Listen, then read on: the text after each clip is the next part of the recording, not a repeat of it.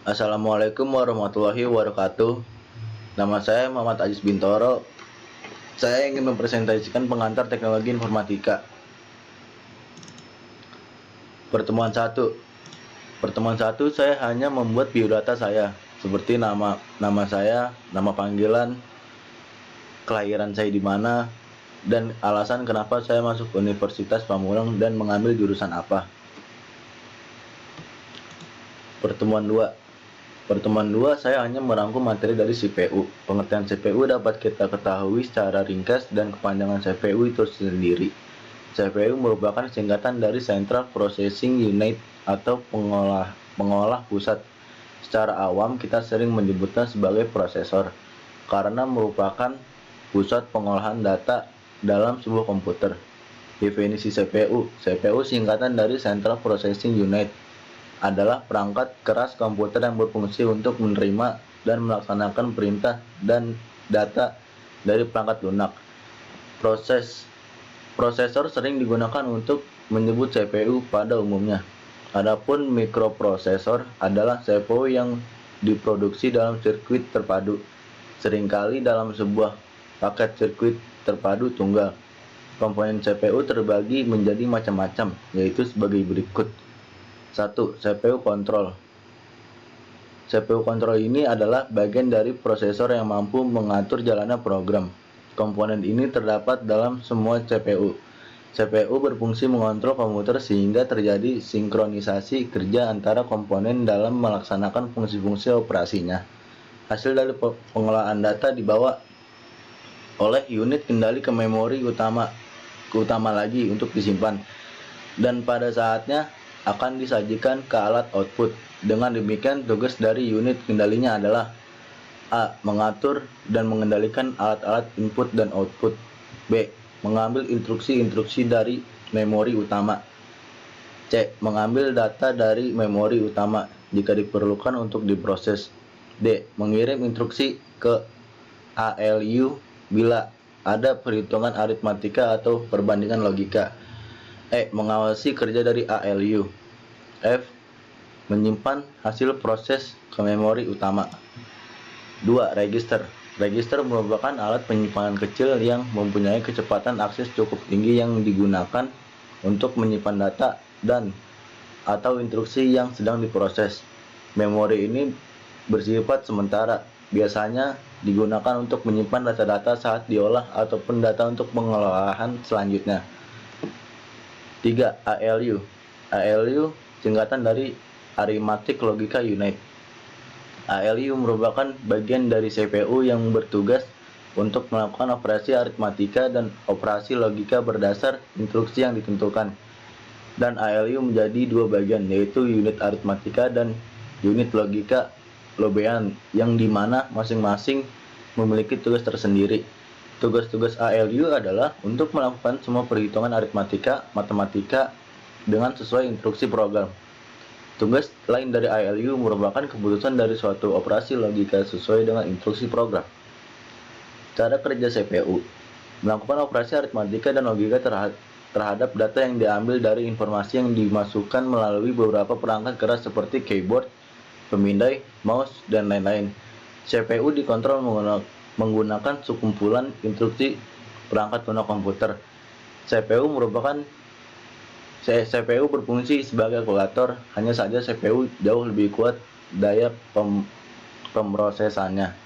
Fungsi utama dari CPU adalah melakukan operasi aritmatika dan logika terhadap data yang diambil dari memori atau dari informasi yang dimasukkan melalui perangkat keras seperti papan ketik, pemindai, tuas, kontrol, maupun tetikus. Bagian-bagian CPU. 1. Power supply. Power supply adalah sebuah perangkat yang ada di dalam CPU yang berfungsi untuk menyalurkan arus listrik ke berbagai alat komputer. Perangkat ini memiliki 5 konektor atau lebih yang dapat disambungkan ke berbagai peralatan sendiri. Contohnya motherboard, hard disk, coffee disk drive, CD, dan ROM. 2. Motherboard ialah papan utama atau papan sirkuit yang berfungsi untuk menghubungkan setiap komponen. 3. Hard disk atau bisa disebut dengan hard drive, fixed disk, HDD, atau cukup hard disk saja. adalah media yang digunakan untuk menyimpan file sistem dan data dalam komputer. Hard disk tersendiri atas tiga bagian utama yaitu piringan magnetik, bagai mekanis, serta head untuk membaca data. Unit hard disk: ATA, 2 SATA, 3 SCSI, 4 prosesor adalah merupakan IC yang mengontrol keseluruhan jalannya sebuah sistem komputer yang digunakan sebagai pusat atau otak komputer yang berfungsi untuk melakukan perhitungan dan menjelaskan tugas. 5. VGA card bertugas menghasilkan tampilan secara visual di komputer, atau VGA adalah hardware yang memberikan perintah kepada monitor untuk menampilkan keluaran visual. 6. CD-ROM bersifat read-only, hanya dapat dibaca dan tidak dapat ditulis. Untuk dapat membaca isi DC-ROM, alat utama yang diperlukan adalah CD drive. 7. Kabel data. Kabel data mempunyai fungsi penting juga, yakni untuk menghubungkan satu komponen komputer dengan komponen lainnya. 8. PAN card berfungsi sebagai penghubung komputer satu dengan komputer lainnya. 9. Kabel UTP berfungsi untuk menghubungkan komputer satu dengan komputer lainnya. 8. RAM singkatannya adalah Random Access Memory, berfungsi untuk mengolah data atau instruksi. Sebagai besar memori yang disediakan, semakin banyak data atau instruksi yang dapat mengelola. RAM adalah perangkat berfungsi menyimpan data, bersifat sementara, atau data yang tersimpan dapat dihapus. Di pertemuan 3, saya hanya membuat definisi pengembangan teknologi informasi. Isinya ialah proses peningkatan sebuah teknologi menjadi lebih baik, efisien, juga lebih efektif dalam penggunaan dan pemakaian sesuai kebutuhan. Pengembangan teknologi sangat penting karena zaman semakin maju dan alat juga metode pengembangan teknologi semakin mutakhir, sehingga teknologi setiap hari akan terus berkembang. Sesuai zaman juga kebutuhan akan menggunakan teknologi tersebut. Contoh teknologi yang saya buat: Traceback Community, sebuah aplikasi di mana persis seperti Google Chrome atau Mozilla Firefox yang dimana aplikasi khusus yang saya buat untuk menyajikan informasi tentang dunia lebih luas tanpa pembatasan dari konten apapun, yang dimana di dalamnya aplikasi Mozilla atau Chrome web tertentu diblokir karena alasan tertentu. Kelebihannya ada 4, yaitu 1. Penggunaan lebih efisien dan tidak memakan RAM atau penyimpanan berlebihan. 2. Konsumsi data seluler lebih hemat karena terdapat fitur penghemat data. 3. Penggunaan baterai saat browsing lebih sedikit. 4. Ukuran aplikasi lebih kecil dibanding aplikasi pesaing lainnya. Kelemahannya ada 3, yaitu proses downloadnya harus menggunakan VPN terlebih dahulu karena belum terdaftar di Play Store atau App Store. 2. Kurang diminati karena belum dikenal luas oleh masyarakat. 3. Tidak ada fitur notifikasi berita dan informasi seperti aplikasi UC Browser. Manfaatnya juga ada 3, yaitu 1. Mengedepankan aplikasi buatan anak bangsa. 2. Memudahkan penggunaan dan pengoperasian dibanding aplikasi populer lainnya. 3. Mengenalkan karya anak bangsa dalam bidang teknologi Nusantara. Di pertemuan 4, saya membuat dampak-dampak teknologi yang ada pada sekeliling kita. Apa itu teknologi? Contohnya, teknologi adalah sebuah sarana prasarana yang menyediakan sebuah barang atau komponen yang diperlukan bagi kelangsungan hidup dan kenyamanan hidup umat manusia. Biasanya penggunaan teknologi oleh umat manusia diawali dengan adanya pengubahan sumber daya alam sebagai macam-macam alatnya.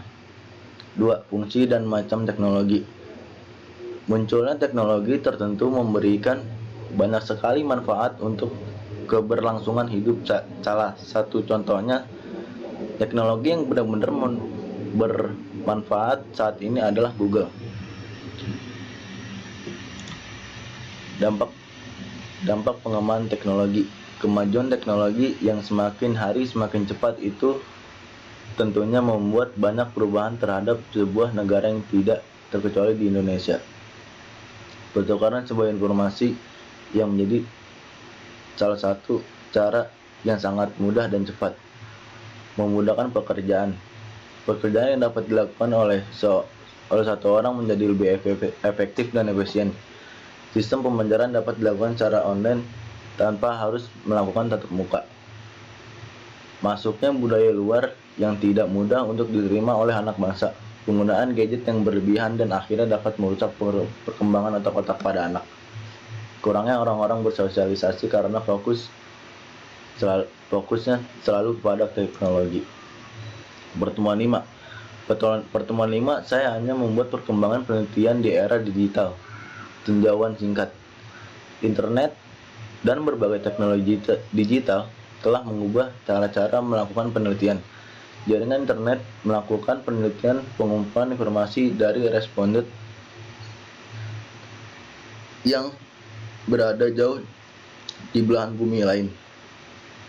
Fitur rekaman pada gawai cerdas digunakan untuk merekam wawancara. Perangkat lunak sistem informasi geografi juga digunakan secara luas untuk mengumpulkan, menunjukkan, dan menganalisa data spesialis dan geografi. Kegiatan penelitian benar-benar telah mengalami transformasi dari manual ke digital berkat adanya teknologi mutakhir. Manajemen pengelolaan dan analisis data secara digital meningkatkan kualitas dan memperlancarkan proses penyampaian tujuan penelitian. Kerjasama antara penelitian dari negara yang berada di kemungkinan dengan adanya komunikasi melalui jaringan internet.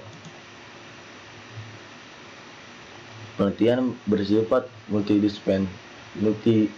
multidisipliner atau interdisipliner juga telah dikembangkan di berbagai lembaga penelitian. Institute of Multidisciplinary Research of Advanced Material itu berada di Tagen Ken, Jepang. Misalnya melakukan penelitian di bidang pengembangan material sains dengan melibatkan ilmuwan di bidang fisika, kimia, biologi, teknik, ahli lingkungan, dan sebagainya. Metode baru dalam tradisi penelitian kualitatif, pengumpulan informasi biasanya dilakukan dengan cara berbicara kepada responden, melakukan pengamatan dan pengumpulan artefak seperti foto, video, dokumen.